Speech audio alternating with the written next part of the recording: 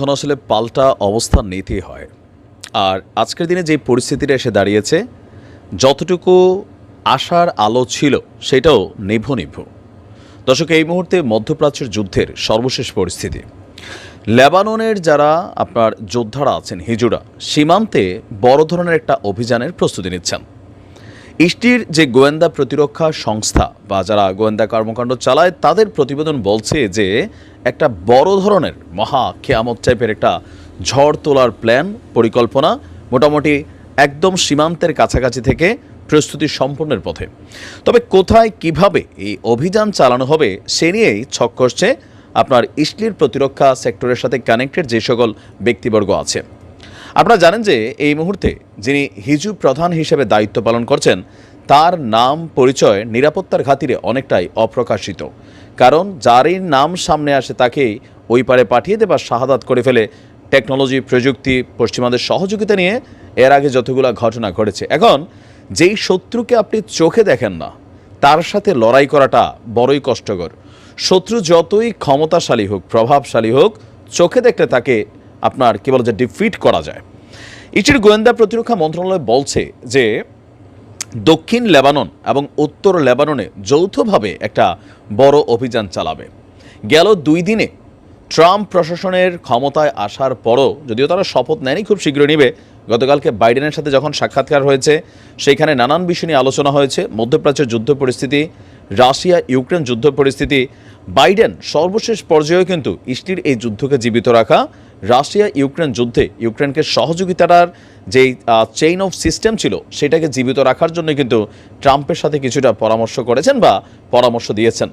একদিকে যখন হোয়াইট হাউসে বসে এই আলোচনা চলছে, অপরদিকে আমাদের হিজু যারা বীররা আছেন তারা নানানভাবে নতুন পরিকল্পনা করছে। টার্গেট কোথায়? গেল 2 দিনে হিজুরা একটা সক্ষমতা তো প্রকাশ করেছে যে মার্কিন যুক্তরাষ্ট্রের সর্বোচ্চ একটা কোয়ালিটির যে নিরাপত্তা সিস্টেম থাড, এবং কি এই থাডকে পরিচালনা করার জন্য মার্কিন যুক্তরাষ্ট্র থেকে প্রায় 100-র উপরে চৌকস সেনাবাহিনীর সদস্যরা এখানে অবস্থান করছেন। সংখ্যাটা দৃশ্যত 100 হলেও অদৃশ্যভাবে সেটা 1000 হলেও আমরা আশ্চর্য হব না।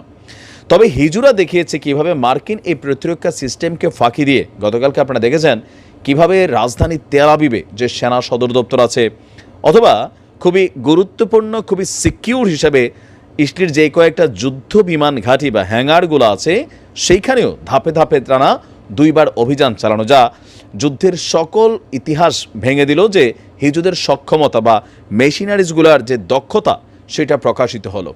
এখন কেউ কেউ বলছেন যে এবারের টার্গেট হচ্ছে ইসরায়েলের পরমাণু যেই গবেষণা কেন্দ্র আছে, পাশাপাশি তাদের যে মূল সামরিক রসদের যে ভাণ্ডার আছে, এর পাশাপাশি নেহুর বাসভবনও হতে পারে।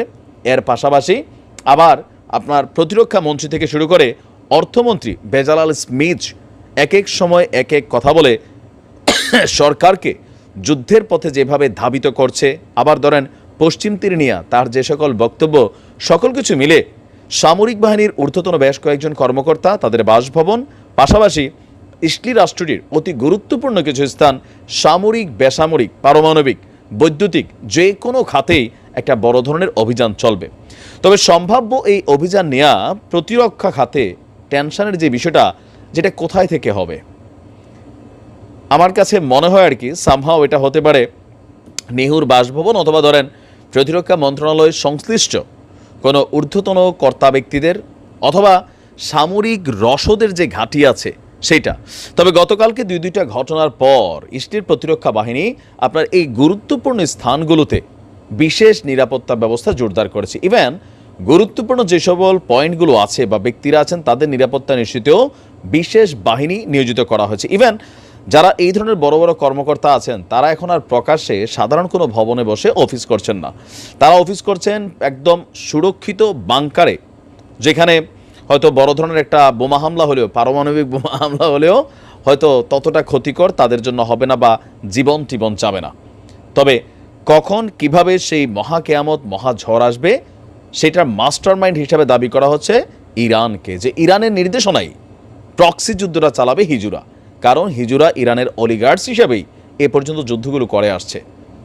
তা আমরা দেখি, হঠাৎ করে হয়তো নিউজটা পাবেন যে শুরু হয়ে গেছে খেলা। সেই শুভক্ষণের অপেক্ষায় আজকের মতো বিদায়। আসসালামু আলাইকুম।